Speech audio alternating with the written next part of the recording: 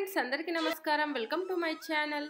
ఈరోజు వచ్చేసి ఆరోగ్యకరమైనటువంటి కంది గుగ్గిలను ఎలా తయారు చేసుకోవాలో ఈ వీడియోలో చూపిస్తాను. వీటిని ఇంగ్లీష్లో మనకు రెడ్ గ్రామ్స్ అని కూడా అంటారు. వీటి వల్ల అయితే చాలా హెల్త్ బెనిఫిట్స్ అయితే ఉన్నాయి. ఇంకా న్యాచురల్ సోర్స్ ఆఫ్ ప్రోటీన్ అయితే చాలా వస్తుంది. దాంతోపాటు vitamins, electrolytes, minerals, phyto nutrients కూడా చాలా ఉంటాయి. నేను ఒక్కొక్క బెనిఫిట్స్ అయితే మీకు ఈ వీడియో చివరిలోపు అయితే చెప్తాను. దీన్ని ఎలా తయారు చేసుకోవాలో ఏంటి అనేది కూడా నేను ఇక్కడ క్లియర్గా చూపిస్తాను. ఒక బౌల్ తీసేసుకొని మనకు ఎంత కావాలో పావు కేజీ, హాఫ్ కేజీ, 1 కేజీ అనే దాన్ని బట్టి మనకు నీరుని బట్టి మనం అయితే తీసుకోవాలి. మనకి ఈ విధంగా అయితే ఉంటాయి రెడ్ గ్రామ్స్ అనేవి, కందులు అనేవి.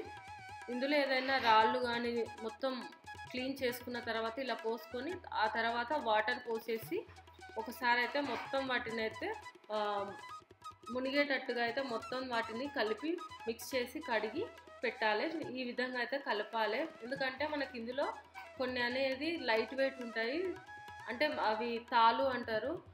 అవి ఏమన్నా ఉంటే కూడా తీసేసుకోవచ్చు అనమాట. మనం వాటర్ పోసినప్పుడు మనకి ఈ విధంగా వచ్చేస్తుంది. ఈ వాటర్ని అయితే డిస్కార్డ్ చేసేసి మళ్ళీ ఫ్రెష్ వాటర్ పోసుకొని నైట్ టైం నానబెట్టుకొని మార్నింగ్ మనం ఉడకబెట్టుకుంటే చాలా బాగుంటాయి. అప్పటికప్పుడుకైతే అంత టేస్ట్ అయితే రావన్నమాట. ఇవి ఎందుకంటే చాలా గట్టిగా ఉంటాయి, స్ట్రాంగ్గా. నానడానికి టైం పడుతుంది. నేను నైట్ నానబెట్టి మార్నింగ్ అయితే తీసాను. ఈ విధంగా అయితే నానాయి, మంచిగా అయితే నానాయి. ఈ విధంగా మళ్ళీ ఒకసారి కలుపుకొని మనము మళ్ళీ ఉడకబెట్టుకోవాలి. కొంతమంది ఈ వాటర్ను కూడా పోసుకుంటారు, బట్ నేనైతే ఈ వాటర్ను డిస్కార్డ్ చేసేసి కుక్కర్లో అయితే ఉడకబెట్టుకుంటున్నాను. మామూలుగా నార్మల్గా ఉడకబెట్టుకోవచ్చు, కొంచెం టైం పడుతుందని నేనైతే కుక్కర్లో వేసుకున్నాను. ఇంకా నార్మల్గా ఉడకబెట్టుకుంటే ఇంకా హెల్దీ అని కూడా చెప్పవచ్చు అనమాట.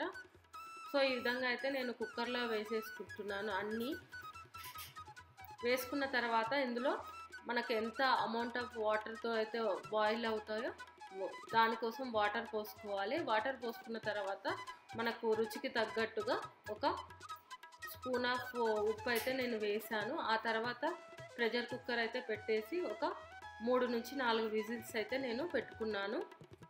ఇలా పెట్టుకున్న తర్వాత ఈ విధంగా అయితే వచ్చేసింది.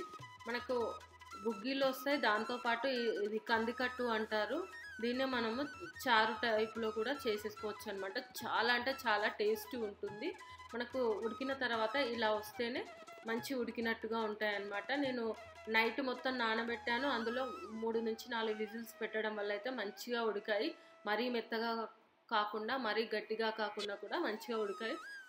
సో ఈ విధంగా అయితే నేను కందులను తీసుకుంటున్నాను. అలాగే కందుల్లో ఉడకబెట్టిన తర్వాత వచ్చిన రసం నుంచి నేను చారు చేసుకుంటాము. చాలా హెల్దీ అండ్ టేస్ట్ కూడా ఉంటుంది. అది కూడా ఎలా అనేది నేను నెక్స్ట్ వీడియోలో అయితే మీకు చూపిస్తాను, ఎలా చేసుకోవాలనేది. ఈ కంది గుగ్గిలకు ఈ విధంగా బాయిల్ చేసుకొని తినవచ్చు. లేదు అంటే మంచి ఇట్లా మసాలా టైపు వేసుకొని, అంటే న్యాచురల్ మసాలా వేసుకొని ఎలా తినాలనేది చూపిస్తాను.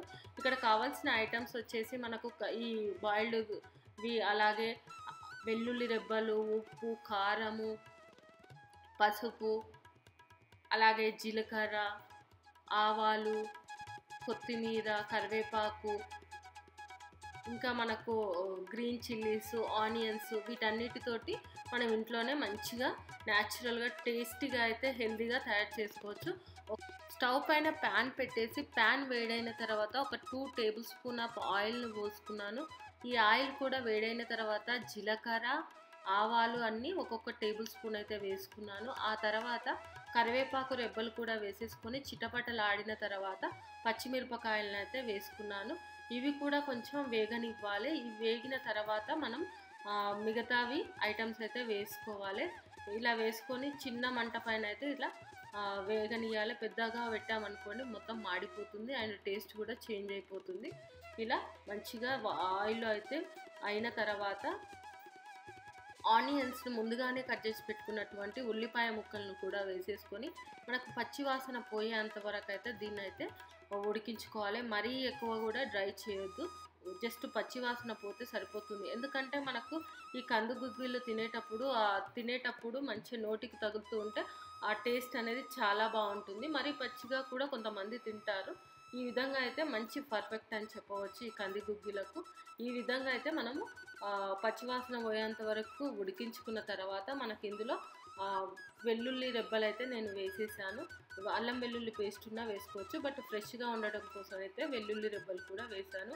మనం ఇవి తింటున్నప్పుడు అక్కడక్కడ తగులు మనకు ఆ టేస్ట్ అనేది తెలుస్తుంటుంది అనమాట వెల్లుల్లి రెబ్బలు. ఆ తర్వాత చిటికెడు పసుపు అయితే వేసేసాను.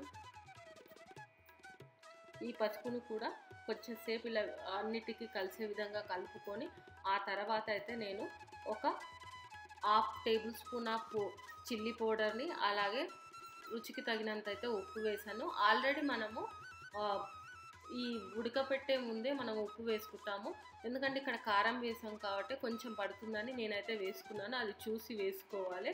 ఈ విధంగా అయిన తర్వాత మనం ఏదైతే ఉడకపెట్టుకున్నటువంటి ఈ కంది గుగ్గిళ్ళను అయితే ఇందులో వేసేసుకోవాలి.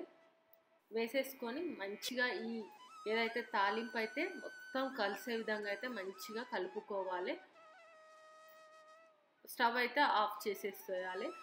ఇది మొత్తం కలుపుకొని మనం లాస్ట్గా అయితే కొత్తిమీర వేసేసుకొని సర్వ్ చేసుకుంటే చాలా అంటే చాలా టేస్టీగా ఉంటుంది. ఎంత అంటే అంత బాగుంటుంది.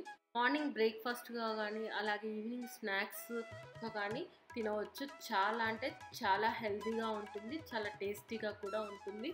దీనివల్ల మనకు చాలా ఉపయోగాలు నేను చెప్పాను కదా.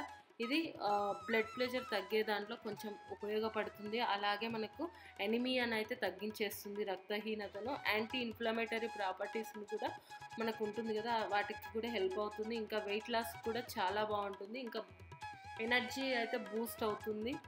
ఇంకా మనకు ఇమ్యూన్ సిస్టమ్ కూడా స్ట్రెంగ్తన్ అవుతుంది. ఇంకా హార్ట్ హెల్త్ కూడా చాలా చాలా ఉపయోగపడుతుంది. సో ఇది ఫ్రెండ్స్, ఇంట్లోనే న్యాచురల్గా హెల్తీగా తయారు చేసుకున్నటువంటి కంది గుగ్గిలు. ఈ వీడియో కనుక మీకు నచ్చినట్టయితే లైక్ అండ్ షేర్ చేయండి. అలాగే మా ఛానల్ని సబ్స్క్రైబ్ చేసుకోండి. ఇలాంటి మరిన్ని వీడియోస్ కోసం పక్కన ఉన్న బెల్ సింబల్ని కూడా క్లిక్ చేయండి. Thank you.